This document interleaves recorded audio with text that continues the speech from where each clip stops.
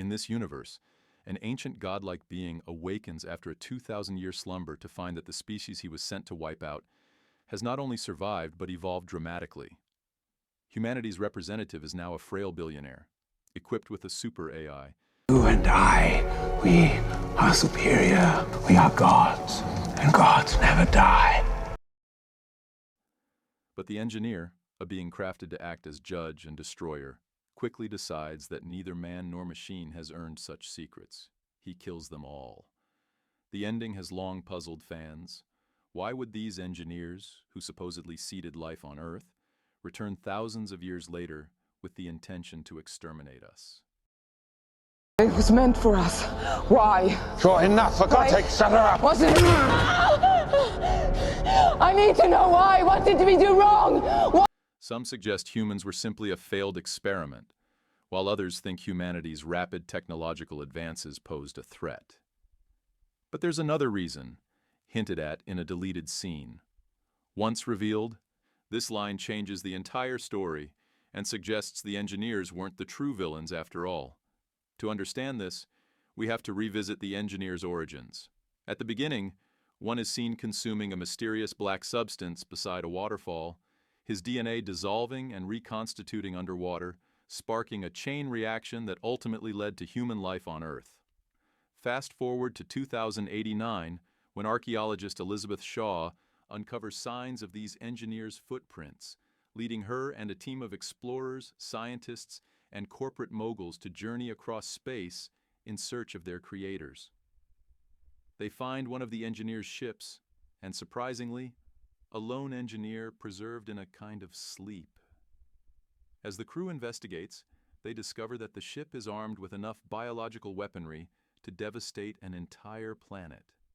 And its original destination? Earth, 2,000 years ago. An internal outbreak on the ship delayed the mission, leaving one engineer as the sole survivor of the disaster. Once awakened, he seems enraged, launching an attack without explanation. The crew's main question is why? Why would their creators, who seem to have planned humanity's development, suddenly turn against them? The answer lies in a conversation between Peter Weiland, a billionaire on the expedition, and the engineer, a dialogue cut from the final version. After ordering his AI, David, to ask the engineer why they created humanity, the alien's response is haunting. In the deleted dialogue, the engineer explains, "Many worlds have been shaped by our fathers. Your planet was unique, like our own homeworld. Humanity was an exceptional creation, one the engineers watched closely from afar." According to this account, humans originally revered the engineers, who gave them fire, architecture, and knowledge, stepping in time and again to save your souls. But over time, humans became increasingly violent. The engineers grew concerned. In a final attempt to guide humanity, they took one of our own, a mother's child, to their homeworld to be educated in wisdom and the deeper meanings of life. This child, returned to Earth as a guide, was none other than Jesus Christ. The engineers hoped he could lead humanity onto a better path. Instead, he was crucified. Outraged, the engineers concluded that humanity could not be redeemed. They set a course for Earth to end their failed creation once and for all, only for the plan to be derailed. Now, imagine the engineer waking up from his forced slumber to see these humans, long intended as targets, asking for the secret to godhood.